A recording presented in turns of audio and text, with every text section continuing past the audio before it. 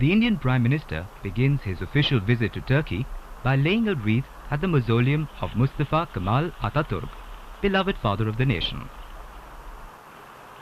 Atatürk created a new political and legal system for a democratic and a secular state, giving equal rights to all, including women.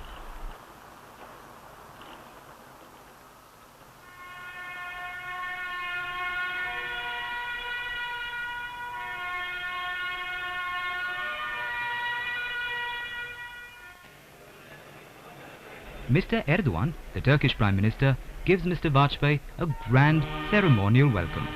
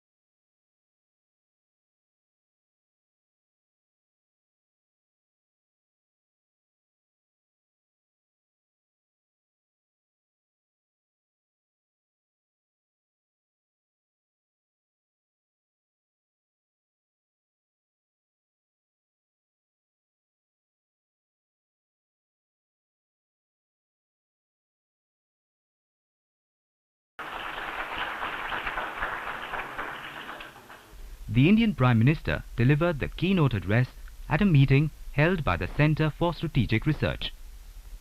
Ladies and gentlemen, it's a great pleasure for me to be here today.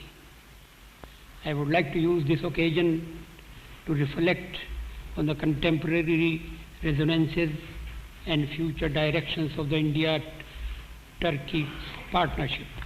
Both Turkey and India have been victims of terrorism well before 9/11. We have common perspectives on this issue. We agree that there can be no double standards in identifying or fighting terrorism. We do not accept the dangerous logic of root causes as excuses for inaction against terrorism. Most importantly, the functioning of the United Nations and its various agencies have been less than optimal. India and Turkey can work together for the reform of these institutions. The failure of the Cancun WTO ministerial meeting illustrates those who lecture us on immediate sacrifices for long-term gains are not willing to follow their own prescriptions.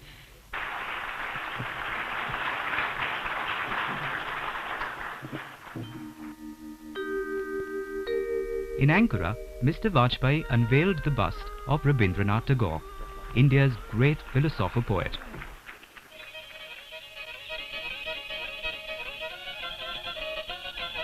Turkish dancers regaled the august audience with their folk dances.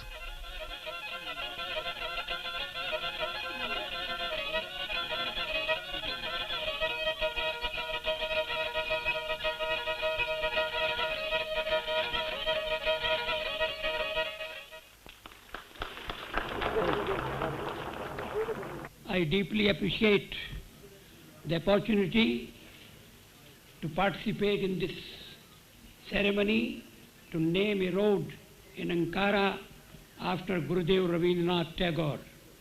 Rabindranath Tagore was not a stranger to Turkey. About 80 years ago, on its way from Europe to India, his ship was docked at Istanbul for 2 days. This brief encounter with your country obviously made a deep impression on him. He sent a request to President Atatürk for books on Turkish literature and culture for the library of his Vishwabharati University. Istanbul, the capital of the Eastern Mediterranean, has been conquered, fought over and rebuilt many times for centuries. And for over 1,000 years,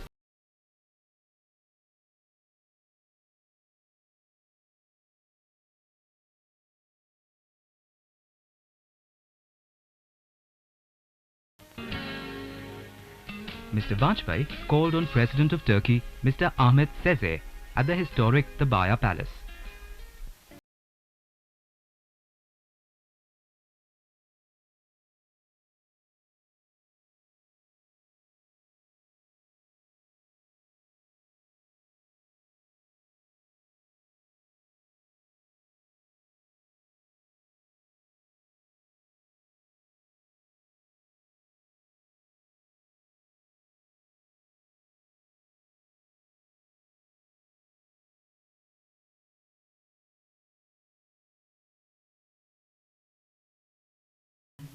Tümü döküldü sararmış yaprakların. Gecede guguk kuşunun sesi yankılanıyor.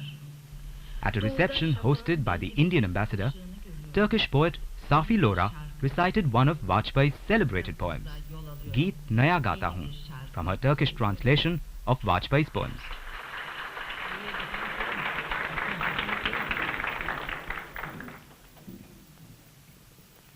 She presented the first copy of the book to him.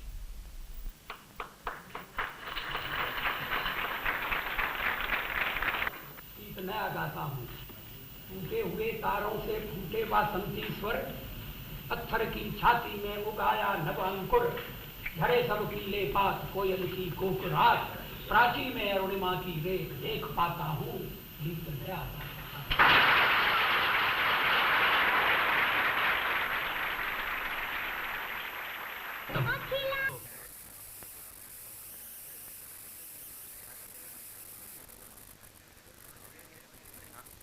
Addressing the Indo-Turkish Joint Business Group, the Indian Prime Minister talked about the historic city of Istanbul. This is the only city in the world which actually spans 2 continents. Even in our brief stay in this city, we have seen the impressive claim of the city to the heritage of the East and the West, when it was a bustling maritime junction for the Silk Route. Today, it is the economic capital of Turkey, handling 40% of foreign trade and host to half of its national wealth.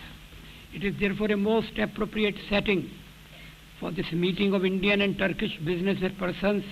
I wish you rewarding deliberations and profitable.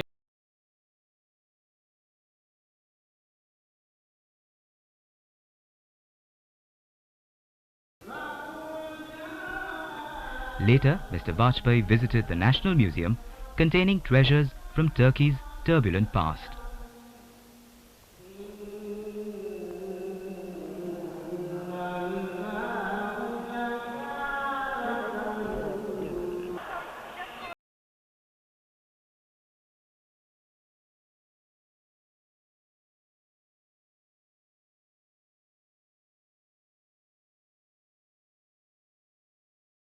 Few moments in the serenity of the world-famous Hagia Sophia Mosque before bidding goodbye to Turkey and its friendly people.